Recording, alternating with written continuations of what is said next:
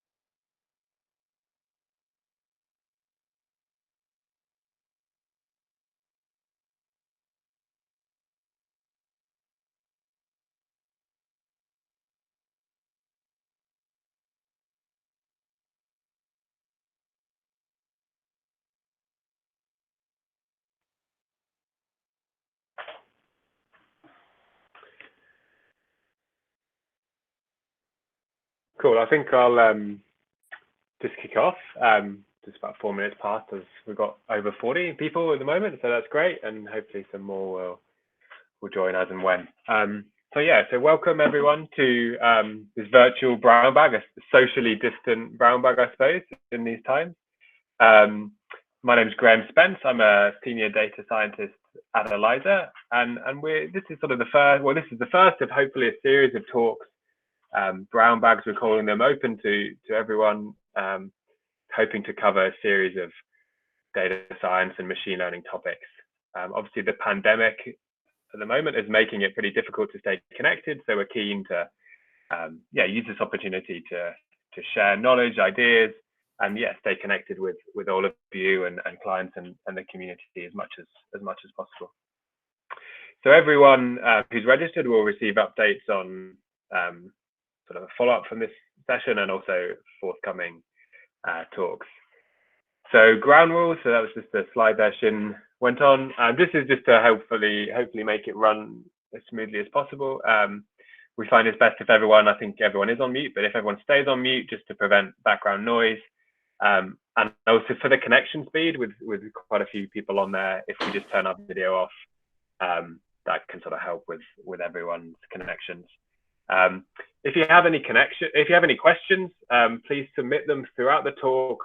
We'll collate them, and Shin will come around to them as many as possible at the end of it. The chat option is on the right. Press the talk button and the speech button, and then if you try and think about phrasing your question so we can understand it, but we can always come back for clarification. We are recording this session and hope to publish it on the Eliiza YouTube channel. So just be aware that the content is recorded, and we'll email out a link just because we know a few people couldn't make this exact time slot. Just before I pass over to Shin, as I said, the purpose of the talk is these sort of series of talks is to share knowledge, ideas, and hopefully inspire some of you to look for opportunities within your organizations.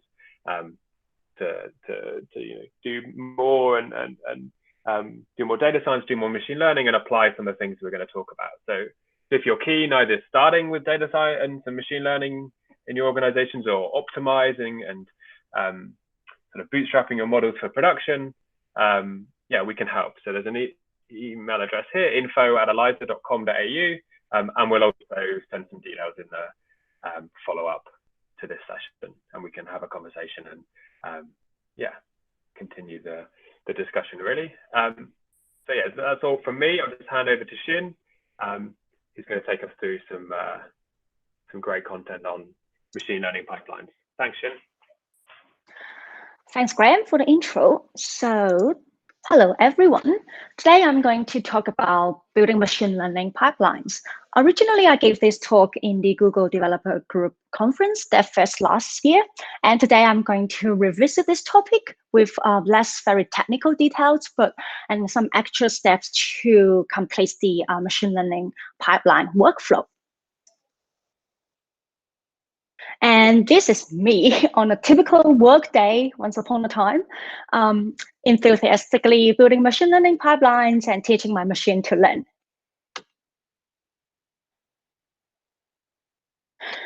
So first of all, what is involved in a machine learning project? Typically, there would be a set of data for the machine to learn and identify pattern from. And then you would have a set of algorithm written in a preferable programming language in code to teach the machine to learn the patterns from the data. If you blend them together or use the algorithms in the code to run, use the code to run the algorithms on the input data, then you would get a model file which can be used to do prediction in the incoming future data. Sometimes if you take a heuristic or algorithmic approach, then you may not get this model file, but the algorithm itself would be served as like a model to do prediction on future incoming data. So this process seems to be pretty straightforward. But there are two hidden stages in this process. The first one is a development process. So at this stage is to develop a machine learning model from available historical data. And at this stage, data scientists played a main role. So with available historical data, a machine learning algorithm and a machine learning model can be developed via a series of training and experiments and tweaking. It's an iterative process to develop a model. And the outcome of this stage is to have a set of algorithms that it could reproduce the model over time with acceptable accuracy. And sometimes if you take a model training approach instead of a heuristic or algorithmic approach, then a model file itself would be the outcome of this stage as well. Now, and the second stage is to productionize or deploy the model developed by data scientists into production. Essentially, we want to bring that model out of the cradle and then productionize it for use cases in the real world. And in this stage, machine learning engineers played a main role. And they're typically involved in three main components. So the first one is algorithm or training pipeline, essentially to wrap up the work that from the data scientists and then put them into a reproducible framework in the production environment. The second component is model inference, which uses the latest model deployed in the production environment and do prediction on the incoming data or the latest data in real time. And the third module is the model monitoring. This is a critical component in a machine learning project in production. It is where the evaluation or continuous evaluation is taking place to make sure that the model in production is still valid or accurate. So when it becomes less accurate or less desired. That's what we call a model drifting. In that situation, the model retraining probably is required. So the model monitoring module to retrigger the training pipeline so that the model can be retrained with both the historical data as well as the recently collected data to preserve the accuracy or performance of the model in production. So in order to achieve the goal that I mentioned in the 2 stages, we need kind of like a proper structure to conduct a machine learning project. And today I'm going to take you on a journey that I have been on to achieve the goal by building structured machine learning pipelines from the algorithm or development pipeline to a model training pipeline and all the way to a model deployment in production. First of all, why do we need such a pipeline for doing a machine learning project?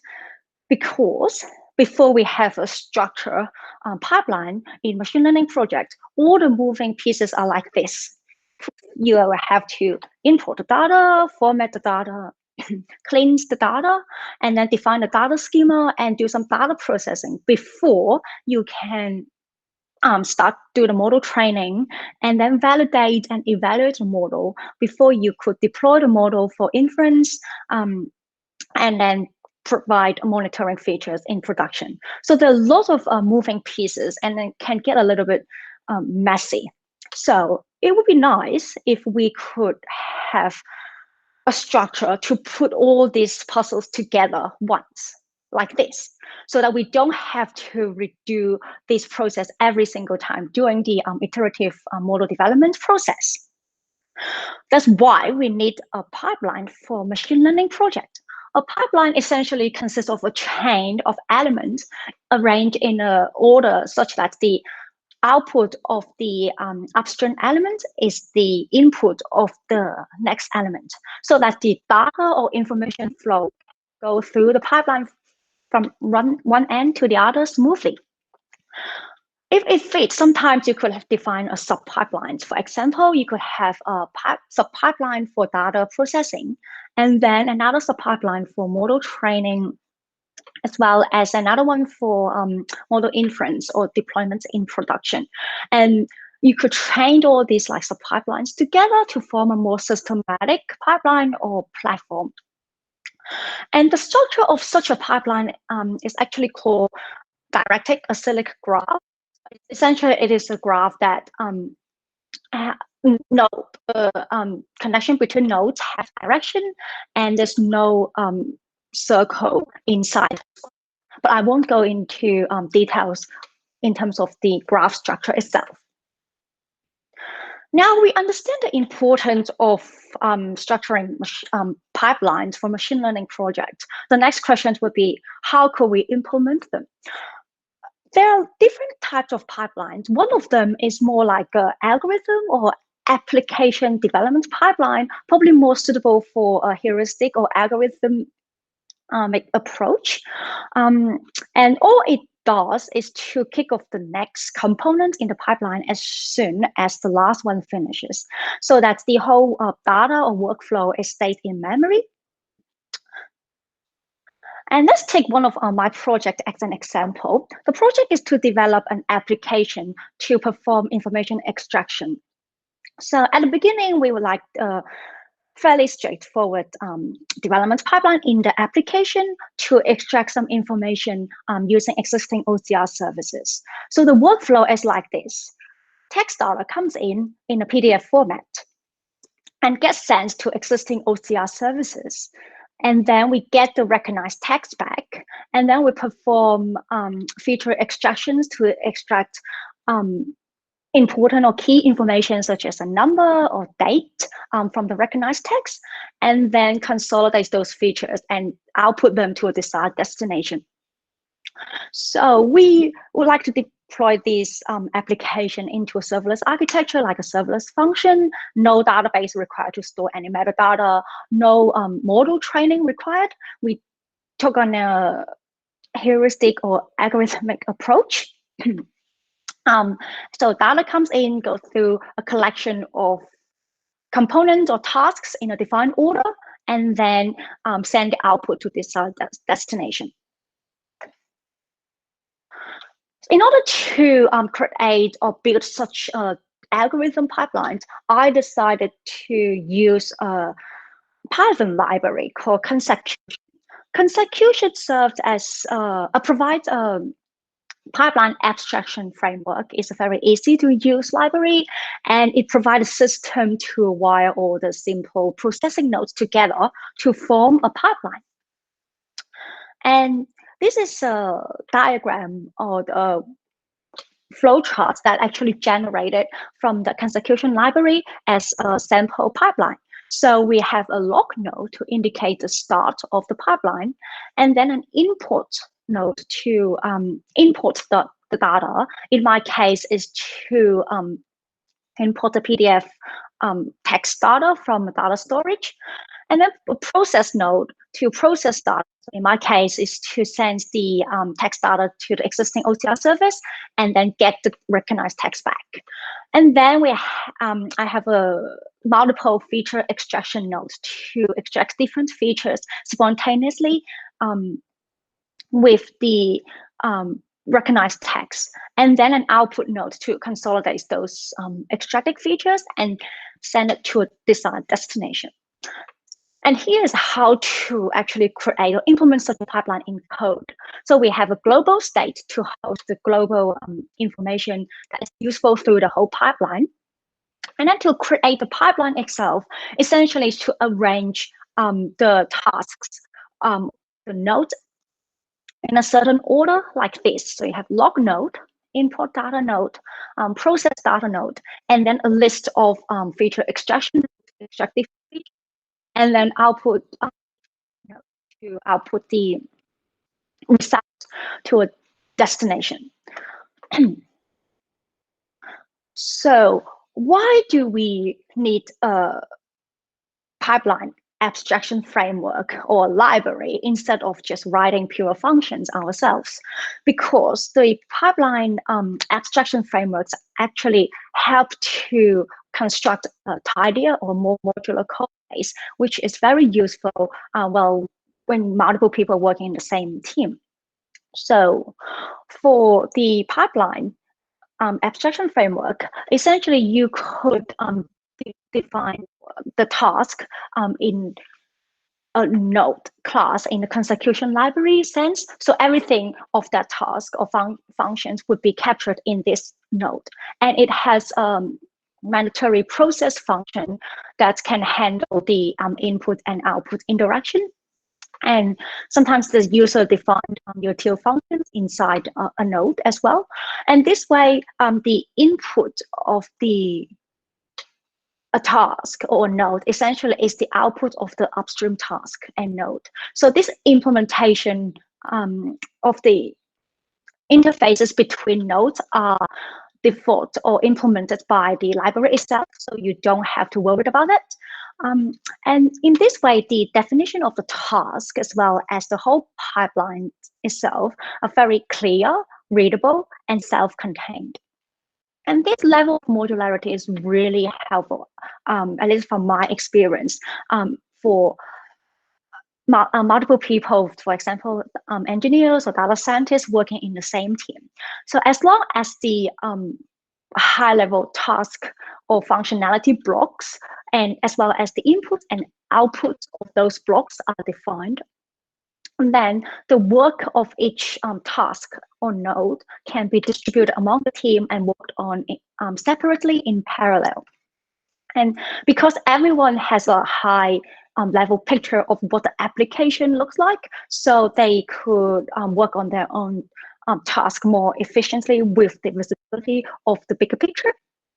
So for example, here for each node, different it can be a different data science work stream and for different team members to work on. So it's a nice way to construct a team between data science and engineers. So at that point, this kind of algorithm development pipeline should need, excuse me.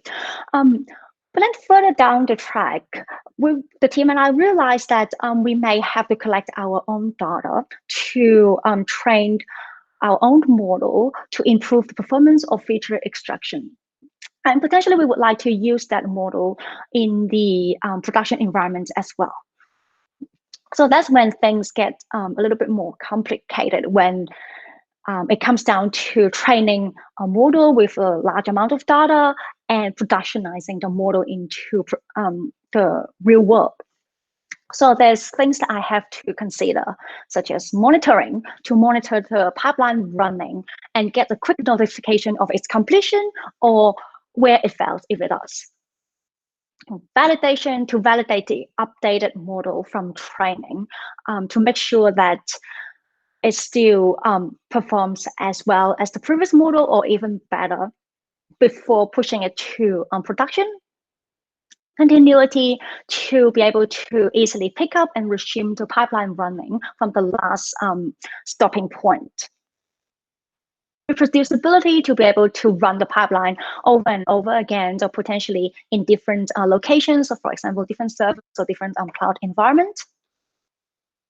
Traceability, to make sure or to inspect the output of each component and make sure that they are inspected, and also for the pipeline to be able to easily debug. Scalability, potentially may have to run the pipeline with a huge amount of data without compromising too much of the speed. So for example, using resources like GPU, etc. With all these factors considered, I would still like the pipeline to be as modular as possible, to be able to distribute work on the team, and also keep the consistencies between training and inference. So there are lots of things to consider, and it can get a little bit daunting. So at that point, the algorithm pipeline strategy doesn't fit into the picture anymore. And what I need is a model training pipeline, or more like a task and also data aware pipeline that it can store all the other components over many executions of the pipeline. This way, I can train a model with large amounts of data. I can easily trace or debug the pipeline if it's wrong. I can resume the pipeline running easily from the last stopping point. And also I could validate the model, the updated model, just by comparing with the previous trained model. And also this, I can have a better visibility of the execution progress, because I could see of each component. So with all the factors considered about the productionizing a machine learning pipeline, I decided to give TensorFlow Extended a go. So TensorFlow Extended is a framework that provide necessary element to form a machine learning pipeline. So previously, with the algorithm or development pipelines, the users would have to implement all the execution work for each component, as well as the definition of tasks and functionalities inside the pipeline. So pretty much they have to build a whole playground from scratch. As for TensorFlow Extended, it provides some necessary component or predefined component as a machine learning pipeline. And it includes the following elements that provide you the features of modeling, training, as well as serving inference and managing deployment. So it typically includes this set of components. So when data comes in, it goes into example gen, where it could do initial data processing, as well as splitting the incoming or the training data set into test and trained data set. And then statistics gen to generate statistics from the incoming data set. For example, the standard deviation, the mean, and the maximum and minimum values of each feature of the data. And then you have example validator to find anomalies or missing values in the training data set. Schema gen to define the schemas of the training data set, and transform to perform data transformation or feature engineering on the data set. And trainer, that's where the model architecture is defined and built, and also where the model training is happening. Evaluator to perform a deep analysis onto the trained model, and model validator to be able to validate the updated or the trained model to make sure that it's good enough before pushing it to serving infrastructure. So these are the necessary steps to form a machine learning pipeline. And it is good that the frameworks has already laid them out for you, so you don't have to design or do it yourself. In each TensorFlow extended component, the framework predefines 3 subcomponents in each of the components. Excuse me. They are driver, executor, and publisher. The framework defines the driver to fetch the metadata generated from the earlier components in the pipeline from the metadata store, and then pass those data to the executor.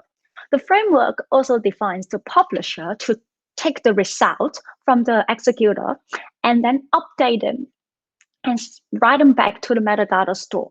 So the data comes into the component, and the input and the output of each component are actually from and to the metadata store. And by default, the metadata store essentially is kind of like a database. And the executor is where the actual work is done and where the user can define the tasks or functionalities of each component. So the data, as the data goes through the pipeline, and each component, it would fetch the metadata generated from the earlier components from the metadata store, pass it into the executor, and the task can be executed and performed. And then the component will take the result and then update it back inside the metadata store for the later components to use in the pipeline. So in order to put all these components together and define a sequence of the component order to form a pipeline, as well as monitor their executions, an orchestrator is needed. An orchestrator provides management interface to trigger the tasks as well as monitor the component. TensorFlow Extended provides a few options in terms of orchestrator, and I chose Airflow as the orchestrator for my pipeline just because I had some previous experience with it. So Airflow acts as an orchestrator of my TensorFlow Extended components to form a pipeline.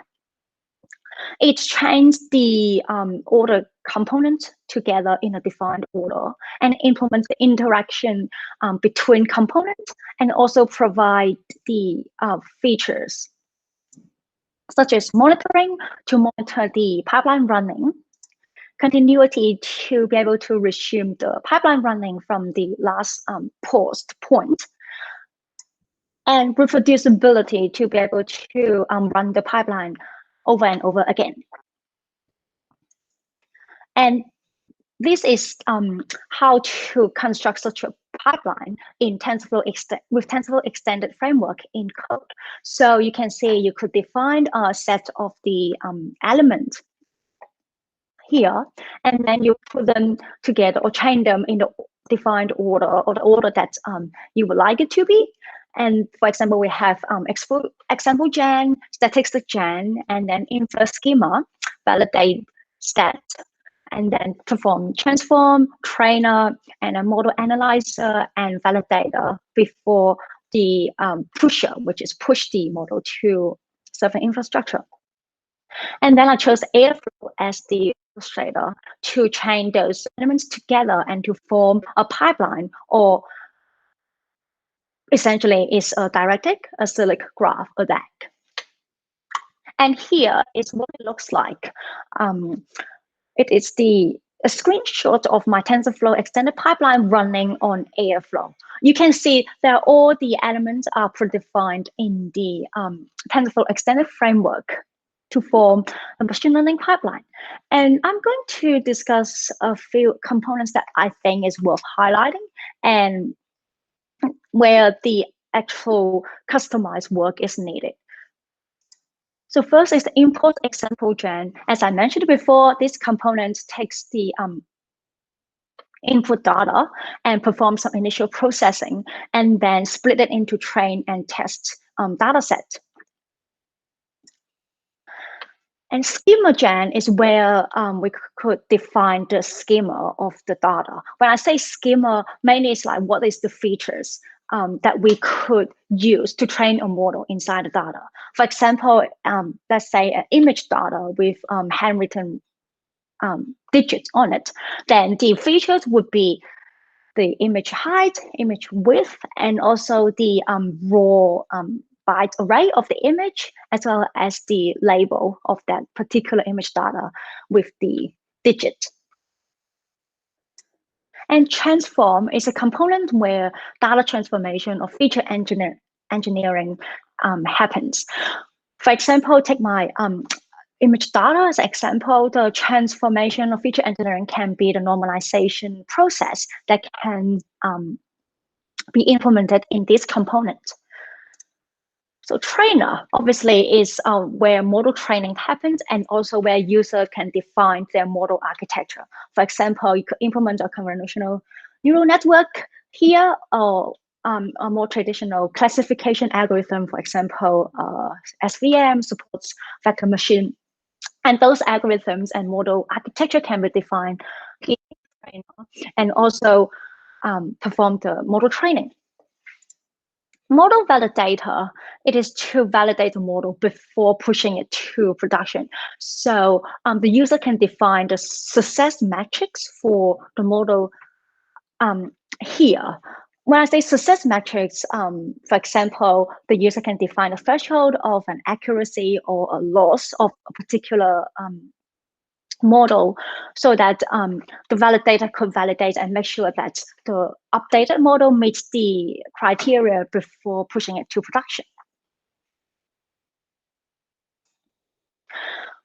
I personally find TensorFlow Extended is a very comprehensive framework in terms of doing machine learning pipeline, especially its modularity and standardized machine learning components, which are very team-friendly. Essentially, it served as an unspoken agreement or contract amongst the team that worked on the same project.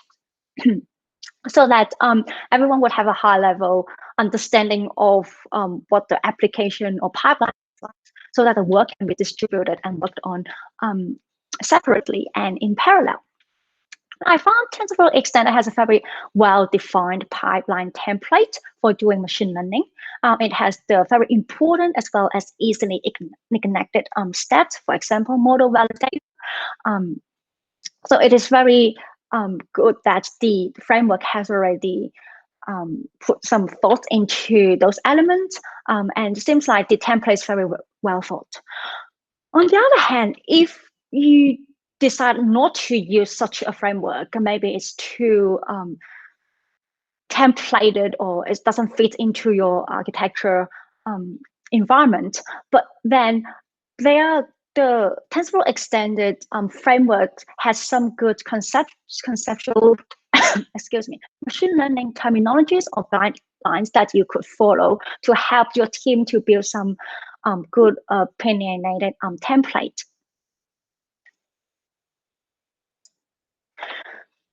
So once we have a training pipeline in place, and then we have the trained model generated from that pipeline, there will be some extra steps to add to the model deployment in production.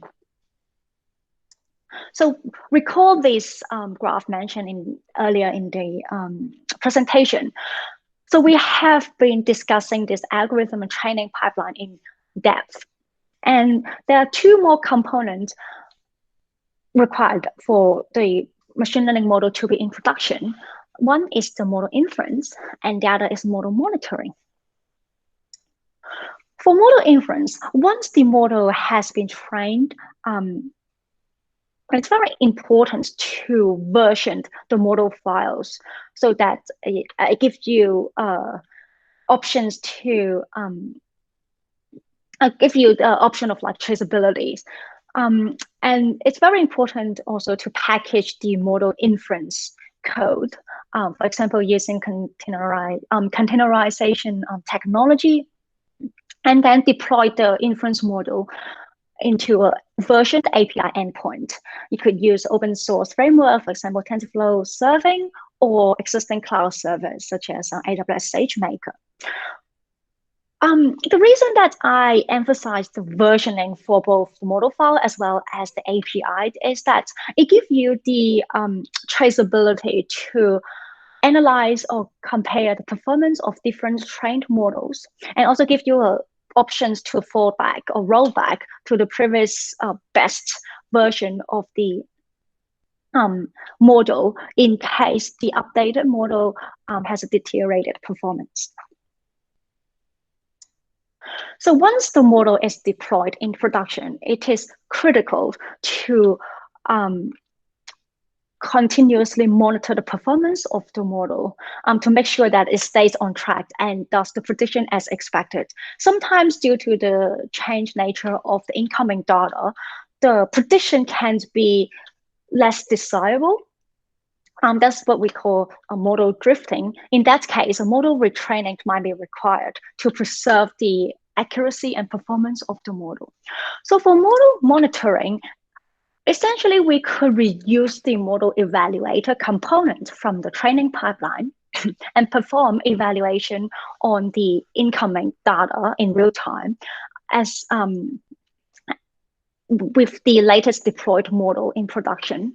So if the evaluation result is as expected or past the success metrics or criteria, then the model can stay in production. But when it doesn't, or that the performance is not as good as what is expected, then a model retraining will have to be triggered, and it has to go back to the training pipelines to retrain the model with both historical data as well as the recently collected data, so to preserve the accuracy and performance of the model. And that is the overview of building machine learning pipeline. Obviously, in this talk, I mainly focus on the training pipeline, and obviously, there's like other aspects that can be covered. For example, model monitoring is another big topic in machine learning project. And any questions? Yeah, great, Xin. So yeah, as I said, feel free to type comments or questions in the chat. Maybe while we're waiting for that, I've got a couple of questions that immediately spring to my mind. So obviously TensorFlow Extended is linked to TensorFlow and Keras sort of development and in name.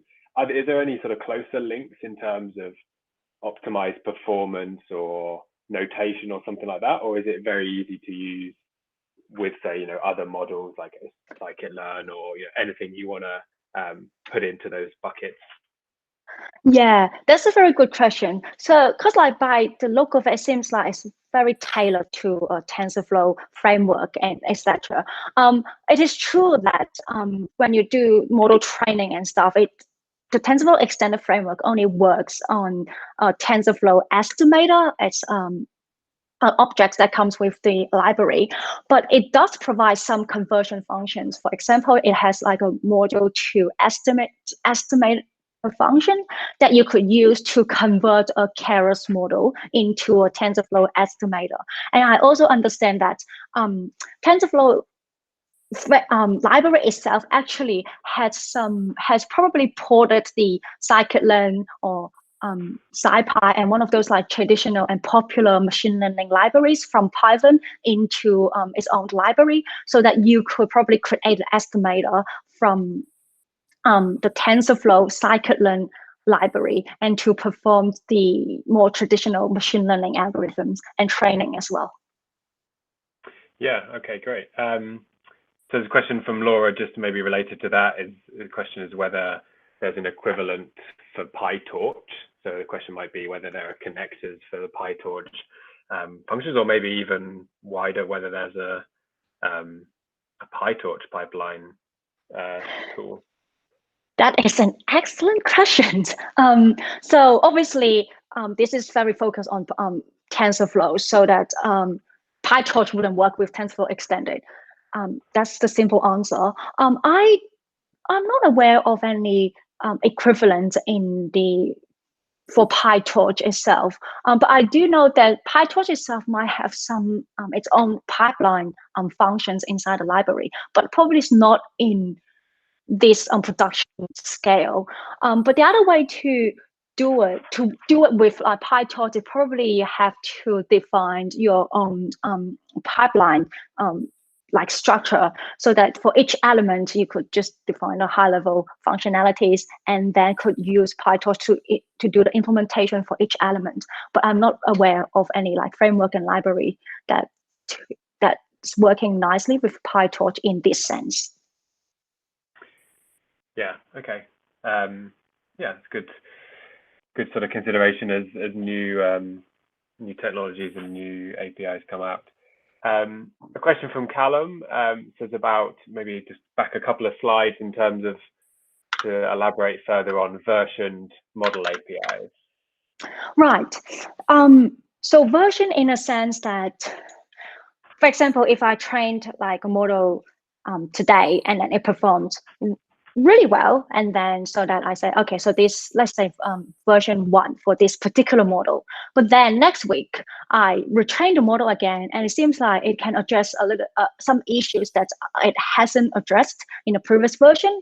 It seems to perform better in a certain aspect, then I want to deploy that model into production as well. Then I suppose you could kind of like version that model into a different API, say API version 2, so that in production you would have 2 sets of APIs to do a similar, or essentially it's like the same production, but with same predictions, but with different model behind the scenes. So that way you could see, okay, maybe for one thing, it's like if it's different use cases, then you could use different versions or different set of APIs or different models to do prediction on different use cases. But if for the same use case, you probably could use those 2 different versioned APIs to compare the performance of the different trained models and to see which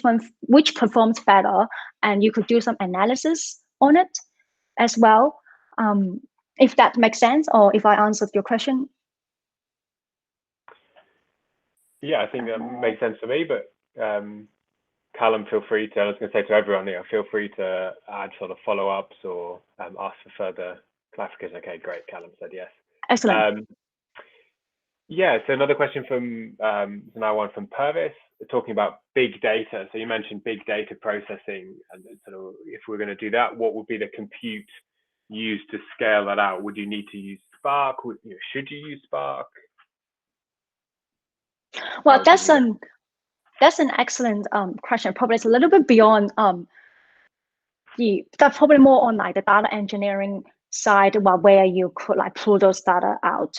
I guess it depends on the use case. I guess Spark it probably is like good to actually do data streaming into the pipeline. That's like one way to do it. Or the other way is like, yes, you probably have, when you do a batch training, then you have to pull out a large amount of data from a data storage. I guess it depends on the use case and situations. But yeah, whatever it suits into the, I guess, is the architecture or the use case. We also noted that before it goes into, for example, this kind of like pipeline TensorFlow extended, we do have to convert it into a certain format for the pipeline to be compatible with. Would that have anything to do with the orchestrator in terms of, like running the pipeline? In terms of how the orchestrator decides, chooses to do some of the jobs, whether there's a link between them and Spark, for example? Right. So I guess the orchestrator itself is to chain the components inside the pipeline together. So I guess the Spark component would probably come before the pipeline. Sure. So that you could pull in the data before the pipeline, before the first element or the entry of the pipeline. I do know that the TensorFlow Extended has a distributed features that you could run distributed training through the pipeline. I haven't implemented myself because I didn't have the need, but they do provide distribution training features. So that might be useful when it comes down to a large or huge amount of data. So essentially you could have like a Spark job training and then pump data through to different pipeline. And then they could probably just do the training in distributed manners. Yeah, that probably can be one way to do it. Great. Yeah, Purvis, feel free to add comments or clarify or follow up. So we've got a couple of questions now about model monitoring. So firstly, Mohammed's asked, do you suggest any specific tools alongside or except maybe the Amazon SageMaker model monitoring, the sort of the cloud services out of the box tools?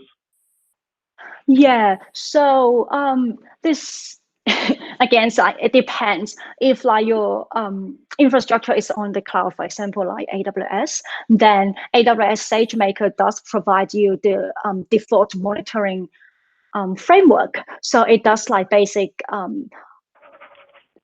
baseline drifting check for the incoming data. So it has like, you enable the data capture and then you could capture the incoming data in production in real time. And then it does, again, you could schedule a job to actually perform some baseline drifting check and then see whether the model drifted in that sense.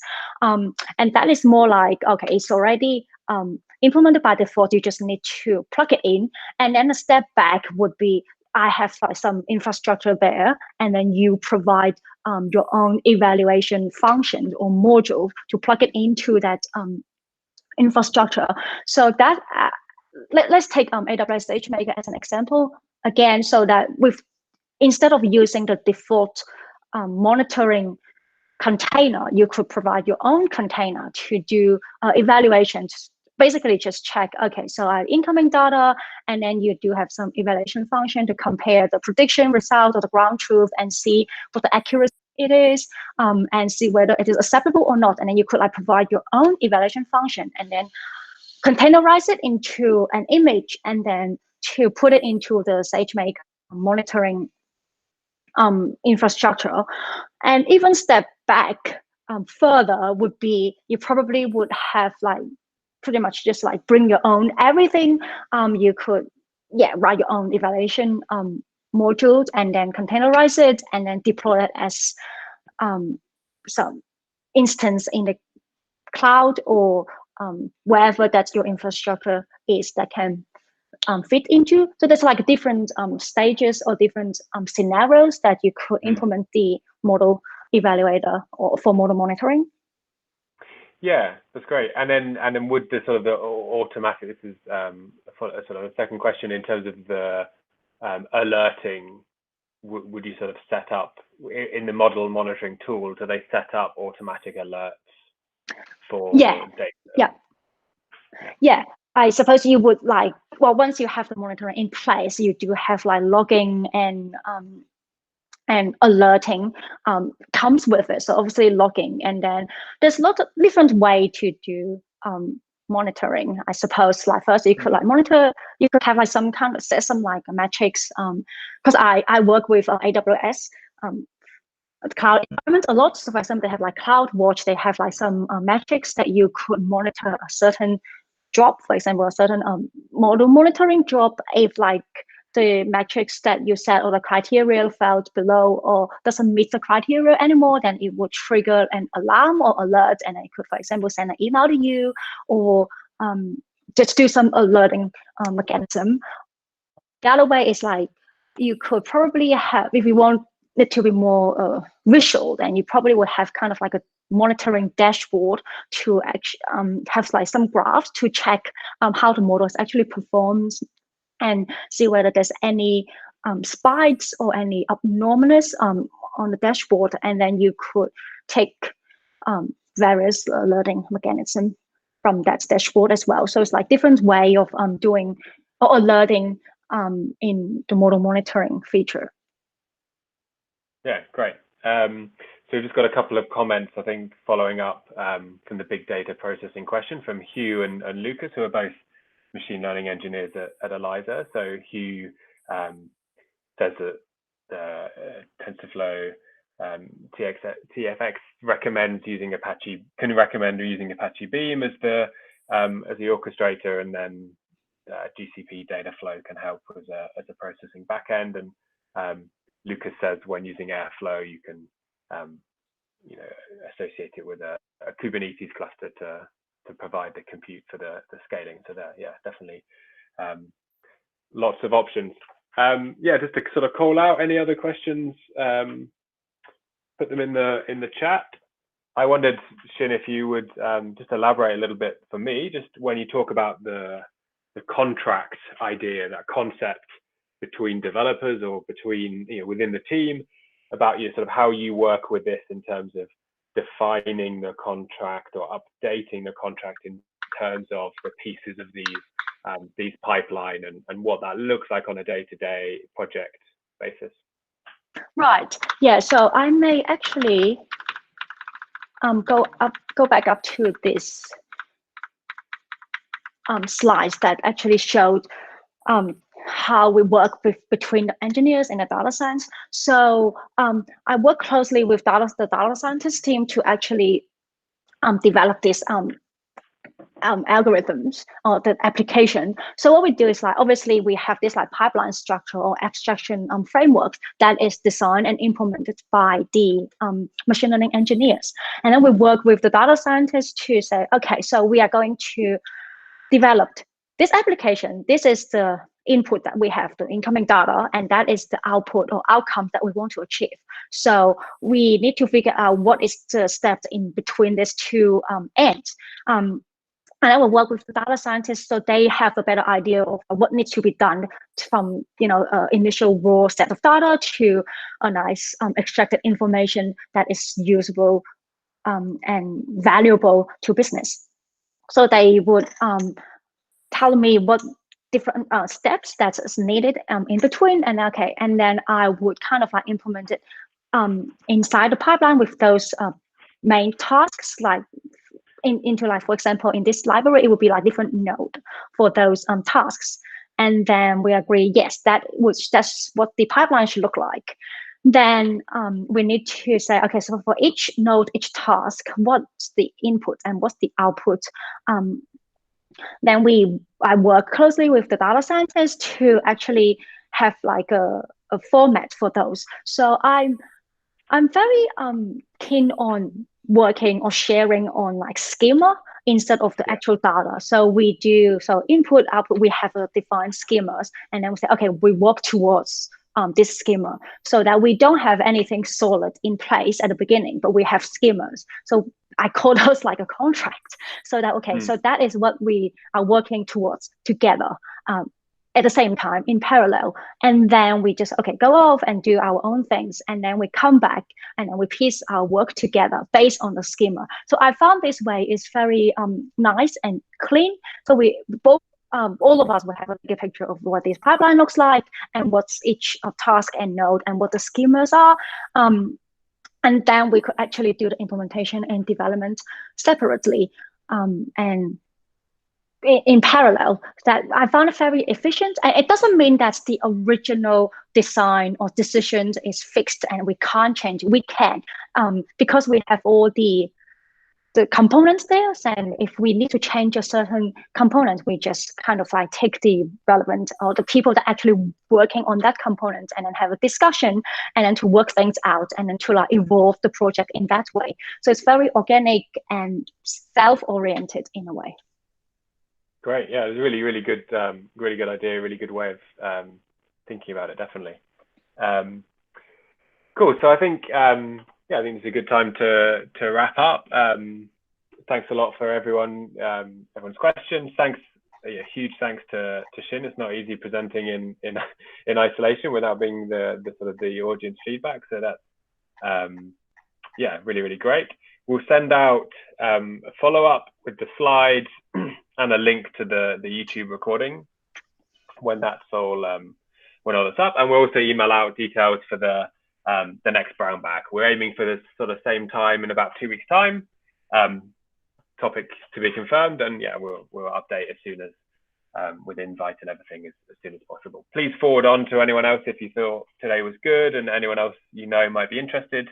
And again, if this has inspired you, you want to apply some of these technologies, think about machine learning pipelines, please reach out, email info@eliiza.com.au, and also we'll have more information in our follow-up emails on how to actively schedule a conversation. Yeah, would really appreciate that. So thanks everyone, thanks for joining, and yeah, lots of really good comments in the comments coming towards Xin. So yeah, really thanks a lot, Xin. Excellent. Thank you, everyone. Hope we see you next time.